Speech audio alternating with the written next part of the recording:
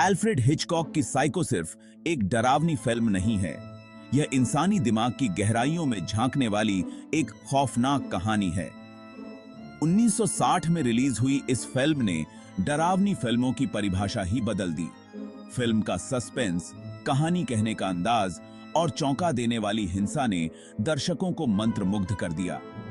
आज भी psycho cinema की दुनिया में एक मील का पत्थर मानी जाती है। यह आज भी दर्शकों को डराती और हैरान करती है। साइको कहानी है मैरियन क्रेन की। वह एक सेक्रेटरी है जो एक ऐसा फैसला लेती है जो उसकी जिंदगी बदल देता है। मजबूरी में वह बहुत सारा पैसा चुरा लेती है। छिपने की जगह ढूंढते हुए वह एक सुनसान बेट्स मोटेल पहुंच जाती है। यह साधारण सी दिखने वाली जगह उसकी भयानक किस्मत का अड्डा बन जाती है। मैरियन क्रेन एक आम औरत है जो एक असाधारण परिस्थिति में फंस जाती है। फीनिक्स, एरिजोना में सेक्रेटरी के तौर पर काम करते हुए वह एक बेहतर जिंदगी की तमन्ना रखती है। सैम लूमिस के साथ उसका रिश्ता तनावपूर्ण है। वे शादी करने का खर्च नहीं उठा सकते। एक शुक्रवार दोपहर उसे एक मौका मिलता है। उसके ऑफिस में $40,000 कैश लावारिस पड़े होते हैं। लोभ उस पर हावी हो जाता है। मैरियन आवेग में पैसे चुरा लेती है और भाग जाती है। यह फैसला घटनाओं का ऐसा सिलसिला शुरू करता है जो उसे एक अंधेरे और खतरनाक रास्ते पर ले जाएगा। जैसे ही मारियन फीनिक्स से दूर गाड़ी भागाती है, उसके मन में डर और उत्साह दोनों हैं। उसकी यात्रा उसे बेट्स मोटेल ले जाती है, एक सुनसान सड़क किनारे बनी जगह जो उसकी किस्मत हमेशा के लिए बदल देगी। धुंध और अंधेरे में डूबा बेट्स मोटेल थके हुए मुसाफिर को एक सुरक्षित ठिकाना लगता है। मैरियन क्रेन के लिए यह डर और शक की जेल बन जाता है। मोटेल का मालिक नॉर्मन बेट्स एक सभ्य और सीधा साधा जवान लगता है, हालांकि उसके अजीब व्यवहार और गहरी निगाहें एक डरावने राज की ओर इशारा करती हैं। नॉर्मन का अपनी मां के साथ रिश्ता, जो मोटेल के ऊपर बने घर में रहती है, बेहद अजीब है। वह अपनी मां के बारे में श्रद्धा और नफरत दोनों के साथ बात करता है। उसकी उपस्थिति, हालांकि अनदेखी, पूरे मोटेल पर छाई रहती है। मैरियन, जो सुकून और गुमनामी की तलाश में है, खुद को नॉर्मन की दुनिया में खींची हुई पाती है। बातचीत करने की उसकी अजीब कोशिशें उसे हैरान और बेचैन दोनों करती हैं। उसे लगता है कि बेट्स मोटेल में कुछ गड़बड़ है, लेकिन उसे इस बात का अंदाजा नहीं है कि इसके नीचे कितना बड़ा खतरा छिपा है। एल्फ्रेड हिचकॉक की साइको अपने सस्पेंस के बेहतरीन इस्तेमाल के लिए मशहूर है। कोई भी सीन इस बात को उस मशहूर शॉवर सीन से ज्यादा ताकतवर तरीके से नहीं दिखाता। सिनेमा के इतिहास का यह महत्वपूर्ण क्षण हॉरर फिल्म मेकिंग का एक मास्टर क्लास है। यह आज भी दशकों बाद दर्शकों को डराता और हैरान करता है। मैरियन क्रेन चुराए हुए पैसे वापस करने का फैसला करके बेट्स मोटेल के कमरा नंबर 1 में चेक इन करती है। वह शॉवर में जाती है अपने गुनाह और बेचैनी को धोने के लिए, लेकिन उसकी यह कमजोर घड़ी जिंदगी और मौत की जंग में तब्दील हो जाती है। जैसे ही पानी उस पर गिरता है, बाथरूम के दरवाजे पर एक परछाई दिखाई देती है। एक बड़े चाकू से लैस वह परछाई शॉवर के पर्दे के पास आती है। इसके बाद जो होता है वह एक तेज और क्रूर हमला होता है। इसे तेज कट्स और झकझोर देने वाले साउंड इफेक्ट्स के जरिए दिखाया गया है। इस सीन की ताकत इसकी खूनी हिंसा में नहीं, बल्कि सुझाव के जरिए डर पैदा करने के इसके हुनर में है। मैरियन क्रेन का बेट्स मोटेल से गायब होना किसी से छिपा नहीं रहता। उसकी बहन लाइला उसकी चिंता में प्राइवेट जासूस मिल्टन आर्बोगास्ट की मदद लेती है।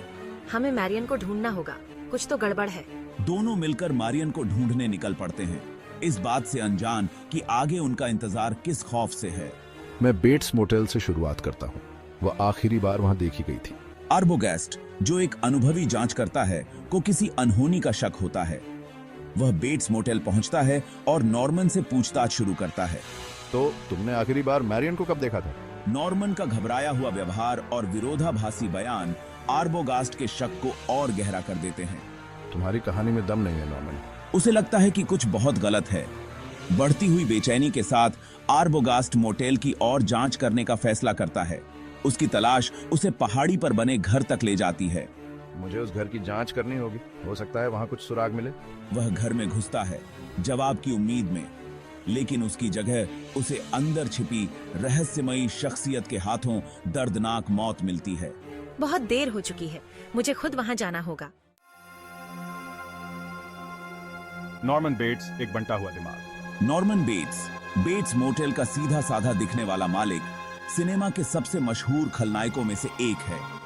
एल्फ्रेड हिचकॉक की साइको में एंथोनी पर्किंस द्वारा निभाया गया उसका खौफनाक किरदार हॉरर इतिहास में उसकी जगह पक्की करता है। नॉर्मन एक बहुत ही परेशान शख्स है जो पागलपन और हिंसा के चक्र में फंसा हुआ है।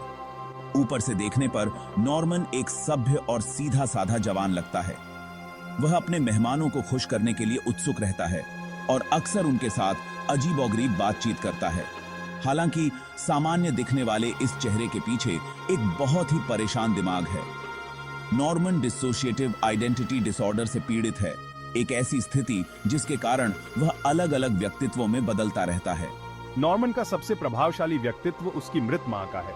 वह उसके कपड़े पहनता है, उसकी आवाज में बोलता है और यहाँ तक कि उसके नाम पर हत्याएं भी करता है। नॉर्मन के दोनों व्यक्तित्वों के बीच का खेल ही उसे इतना दिलचस्प और खौफनाक किरदार बनाता है। साइको का क्लाइमैक्स खुलासों और खौफ से भरा हुआ है। लाइला क्रेन अपनी बहन को ढूंढने की जरूरत से प्रेरित होकर नॉर्मन बेट्स का सामना करती है। सच्चाई की तलाश उसे बेट्स मोटेल के तहखाने में ले जाती है, जहां उसे एक भयानक सच्चाई का पता चलता है। एक ऐसे सीन में जो दर्शकों की रूह कंपा देता है, लाइला को नॉर्मन की मां की सड़ी हुई लाश मिलती है। सच्चाई भयानक और निर्विवाद खुद को उजागर करती है। नॉर्मन, जो अपनी मां के व्यक्तित्व में डूबा हुआ है, मोटेल में हुई सभी हत्याओं के लिए जिम्मेदार है। मैरियन क्रेन के पूर्व प्रेमी सैम लूमिस का आना इस नाटक में तनाव की एक और परत जोड़ देता है। एक संघर्ष होता है और नॉर्मन को आखिरकार पकड़ लिया जाता है। अधिकारी बेट्स मोटेल में हुई भयावह घटनाओं की सूचना पाकर उसे हिरासत में लेने पहुंचते हैं। फिल्म के आखिरी सीन खौफनाक और सोचने पर मजबूर कर देने वाले दोनों हैं।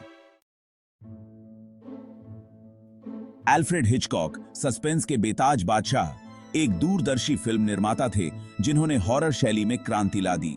साइको, उनका सबसे जबरदस्त काम दर्शकों को अपनी मुट्ठी में रखने और उन्हें अपनी सीट के किनारे पर बनाए रखने की उनकी अद्वितीय क्षमता का प्रमाण है। हिचकॉक की प्रतिभा मानव मनोविज्ञान की उनकी समझ में निहित थी। वह जानते थे कि हमारे सबसे गहरे डर और चिंताओं को कैसे उजागर करना है, जिससे एक ऐसी बेचैनी पैदा होती है जो क्रेडिट रोल होने के बाद भी बनी रहती है। साइको में वह इस प्रभाव को प्राप्त करने के लिए कई तकनीकों का इस्तेमाल करते हैं। हिचकॉक की खास तकनीकों में से एक थी शुद्ध सिनेमा का उपयोग। उनका मानना था कि फिल्म एक दृश्य माध्यम होना चाहिए जो कहानी कहने के लिए संवाद के बजाय छवियों और ध्वनि पर निर्भर हो। साइको का शॉवर सीन इसका एक बेहतरीन उदाहरण है। हिचकॉक ने पॉइंट ऑफ व्यू शॉट्स का भी बखूबी इस्तेमाल किया। साइको, जो 1960 में रिलीज हुई थी, सिर्फ एक डरावनी फिल्म नहीं थी। यह एक सांस्कृतिक घटना थी जिसने सिनेमाई परंपराओं को तोड़ा और दुनिया पर एक अमिट छाप छोड़ी। इसका प्रभाव अनगिनत फिल्मों, टीवी शो और किताबों में देखा जा सकता है।